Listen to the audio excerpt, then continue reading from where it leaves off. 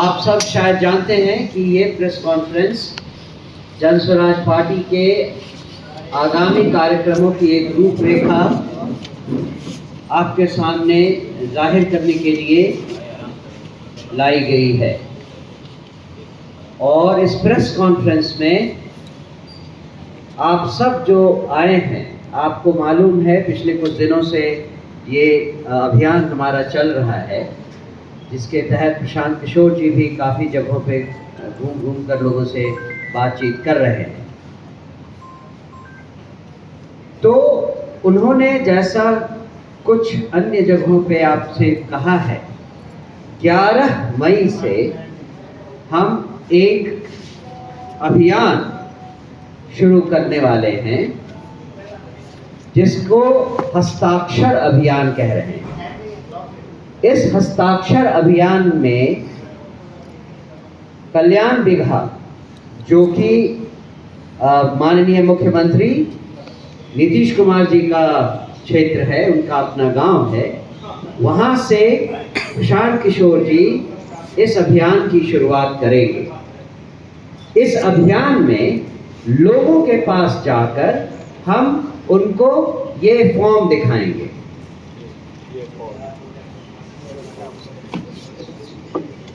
सब लोग दिखा दें।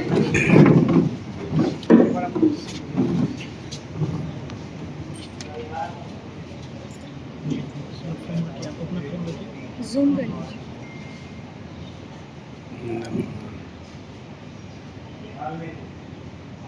तो ये जो सवाल है जिस पर हम लोगों के हस्ताक्षर लेने वाले हैं, ये सवाल कहाँ से शुरू हुए। आप सब जानते हैं कि बिहार में बहुत धूमधाम से जातिगत गणना करवाई गई और उसमें 500 करोड़ से ज़्यादा रुपए खर्च किए गए। इसका जो रिजल्ट आया वो विधानसभा के पटल पर 6 नवंबर 2023 को रखा गया था। 23 नवंबर 2023 को नीतीश बाबू ने विधानसभा में जो घोषणाएं की थी, उनमें से एक था कि 94 लाख लोगों को 2-2 लाख रुपए दिए जाएंगे। उस समय से 2 बजट निकल गए। दोनों बजटों में कहीं भी इस मद के अंदर जो पैसे लोगों को दिए जाने वाले थे, उसका कोई जिक्र नहीं है। हम और प्रशांत किशोर जी कल्याण बिगहा में जाकर लोगों से पूछेंगे, ये पहला सवाल है, आप में से कितने लोगों को 2 लाख रुपए मिले। अगर उनके अपने घर में, उनके अपने गांव में लोगों को इस प्रोग्राम के बारे में पता नहीं है, तो आप बिहार के बाकी लोगों के बारे में सोच सकते हैं कि उनकी क्या हालत है। तो पहला सवाल यही है जिस पर हम लोगों को कहेंगे कि क्या आपको ये 2 लाख रुपए मिले। दूसरा, इसी घोषणा के दौरान नीतीश जी ने ये भी घोषणा की थी कि लगभग 40 लाख ऐसे लोगों को जिनके पास घर नहीं है, उनको घर बनाने के लिए 1,20,000 रुपए दिए जाएंगे। हम लोगों से इस हस्ताक्षर अभियान में ये भी पूछेंगे कि क्या उनको ये 1,20,000 रुपए किसी को मिला घर बनाने के लिए। जो दूसरा सवाल है वो ये कि 2006 में नीतीश जी ने ये घोषणा की थी कि दलितों और बाकी भूमिहीनों को घर बनाने के लिए 3 डेसिमल जमीन दिया जाएगा। जो अभी तक के आंकड़े आए हैं उसके हिसाब से 2,34,000 लोगों को ही इस जमीन के बारे में कागज पत्र दिए गए हैं। और जो रिपोर्ट आई है उसके हिसाब से 1,20,000 लोग, इनमें से 2,34,000 में से 1,20,000 लोग वैसे हैं जिनको अभी तक उस 3 डेसिबल जमीन का पोजीशन नहीं मिला। तो नीतीश बाबू से ये पूछेंगे कि 19 साल में 2006 से आज तक 19 साल में उनका ये वादा क्यों इतनी धीमी गति से जा रहा है। और लोगों से पूछेंगे कल्याण दीघा में भी और उसके बाद पूरे बिहार में कि आप में से कितने लोगों को ये 3 डेसिमल जमीन मिली और इस 19 सालों में क्या आपका घर बना। जो तीसरा सवाल हम लोगों से पूछने वाले हैं वो भूमि सर्वेक्षण को लेकर है। आप सबको मालूम है भूमि सर्वेक्षण से हमारे यहाँ क्या क्या मुश्किलें सामने आई हैं। जहां दूसरे राज्यों में 60%, 70% भूमि का डिजिटाइजेशन हो गया है, बिहार में वो केवल 20% है। ये तो पहली बात है। उसके अलावा भूमि के इस सर्वे में लोगों को जितनी परेशानी हो रही है उसके बारे में आप सब ने पहले भी रिपोर्ट किया है। आप अपने जमीन की दाखिल खारिज करवाने जाएं तो कभी 10,000, 20,000, 50,000 रुपए तक पैसे दिए बिना आपका काम नहीं होता। आप सोचिए जनता जो कि भूमि सर्वेक्षण करवाना चाहती है और अपना रिकॉर्ड्स सही करवाना चाहती है, उसको उसके न्याय के हिसाब से जो मिलना चाहिए उसके लिए भी उसको इतने ज्यादा घूस देने की जरूरत पड़ रही है। तीसरा एस्पेक्ट इसका यह है कि इस कार्यक्रम के दौरान घरों में जिस तरह के झगड़े शुरू हो गए, भाई भाई में, बहन भाई में, चाचा भतीजा में, परिवार के अन्य लोगों में, उसके कारण खून खराबा तक होने लगा है। आज अगर देखा जाए तो बिहार में जितने दंगे फसाद जुर्म हो रहे हैं उसमें सबसे पहला कारण ये फैमिली डिस्प्यूट है, पारिवारिक कलह है, जो कि भूमि सर्वेक्षण को लेकर शुरू हुआ है। तो हम इसके बारे में भी जनता से कहेंगे कि आप इस पर हमारा साथ दें। ये क्यों किया जा रहा है? उसका कारण ये है कि अगले 2 महीने में 11 मई से 11 जुलाई तक 2 महीने में हम बिहार से 1 करोड़ लोगों का सिग्नेचर, हस्ताक्षर जमा करेंगे। 11 जुलाई को माननीय मुख्यमंत्री जी को इस ज्ञापन की एक प्रतिलिपि दी जाएगी और एक प्रतिलिपि माननीय राज्यपाल जी को भी दी जाएगी।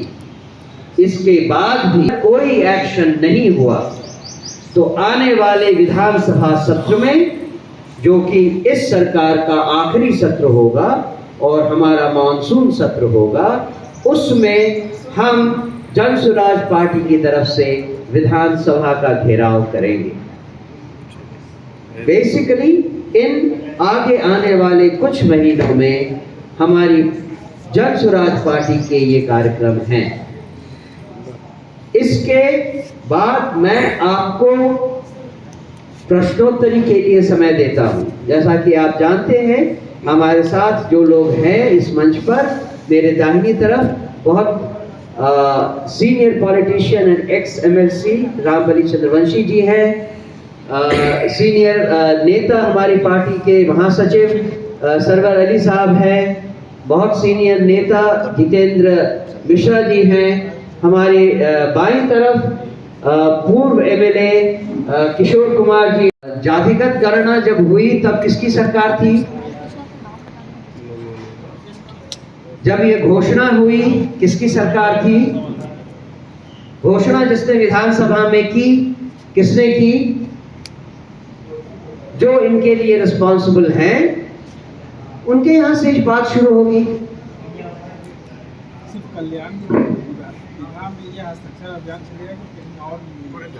ये तो शुरुआत होगी। हमने जैसा कहा 11 मई से 11 जुलाई तक 2 महीने पूरे बिहार में ये हस्ताक्षर अभियान चलेगा।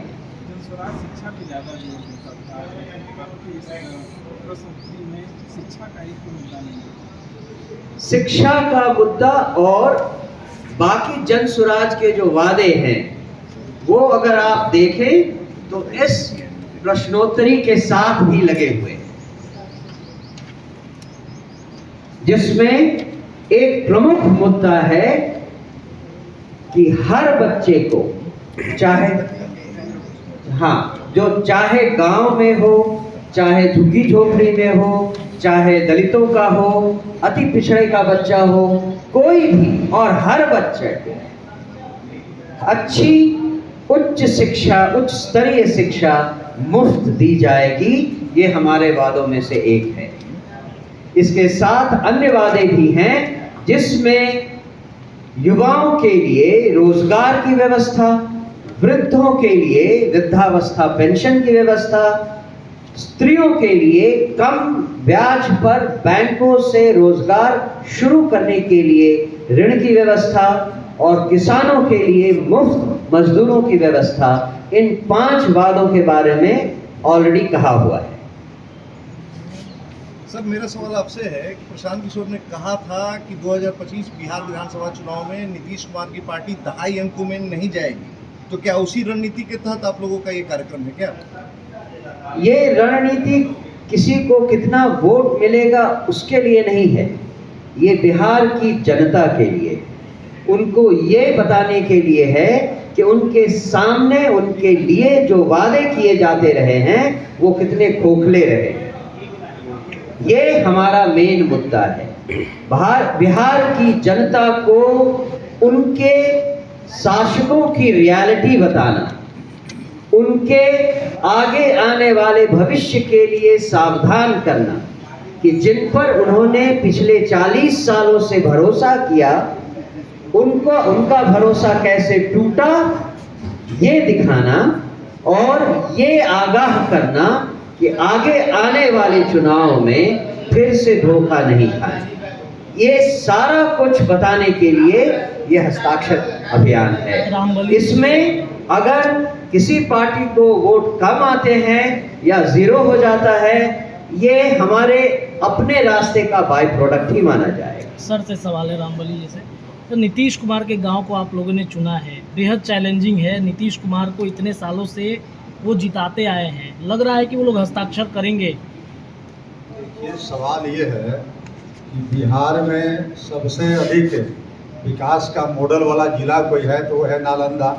सबसे अधिक सड़कें बनी है, सबसे अधिक विकास हुए हैं, और नीतीश जी का पंचायत और नीतीश जी का बराह पंचायत जो है, बराह का जो गांव जो कल्याण बिघा है, तो कल्याण बिघा से शुरू करने का मतलब ये हुआ कि वहाँ के लोगों को कितने, जो 94 लाख परिवार की बात की गई थी, जज जी ने आपको विस्तार से बताया कि जाति जनगणना का पीछे राज क्या था कि जो आंकड़े आएंगे उसके मुताबिक हम चलेंगे।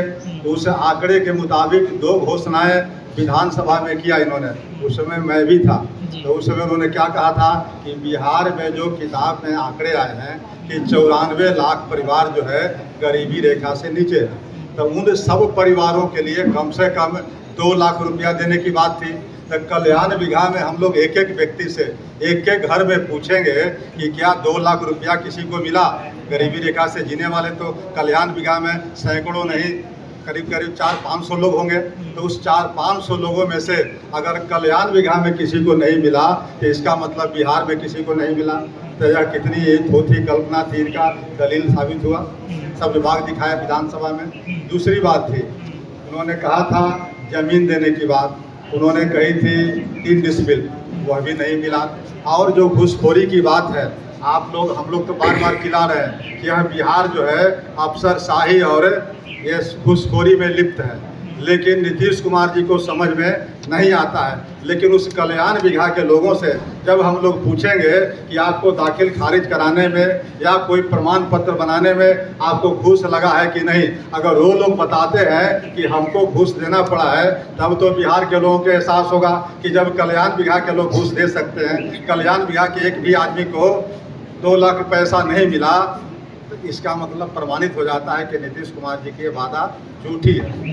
इसलिए हम लोगों ने कल्याण बिघा को चुना। नीतीश कुमार को टारगेट कर रहे हैं, इसका मतलब कि प्रशांत किशोर जी के बारे में जो चर्चा चल रही है कि वहीं से विधानसभा लड़ेंगे, तो क्या ये सच्चाई है? अब उसी की तैयारी कर रहे हैं। 2025 के लिए नीतीश कुमार जी को टारगेट हम लोग नहीं कर रहे हैं। अभी तक लगभग 19 वर्षों से नीतीश कुमार जी सत्ता के सर्वोच्च पद पर आसीन है। तो यह समीक्षा हम लोग कर रहे हैं कि अभी 19 वर्षों के बाद विकास की जो अपने पीठ अपने तपतपाते हैं, तो इसकी वास्तविकता क्या है यह दिखाना चाह रहे हैं नीतीश कुमार। 2025 के फैक्टर नीतीश कुमार नहीं है, ये हम लोग पहले ही क्लियर कर चुके हैं।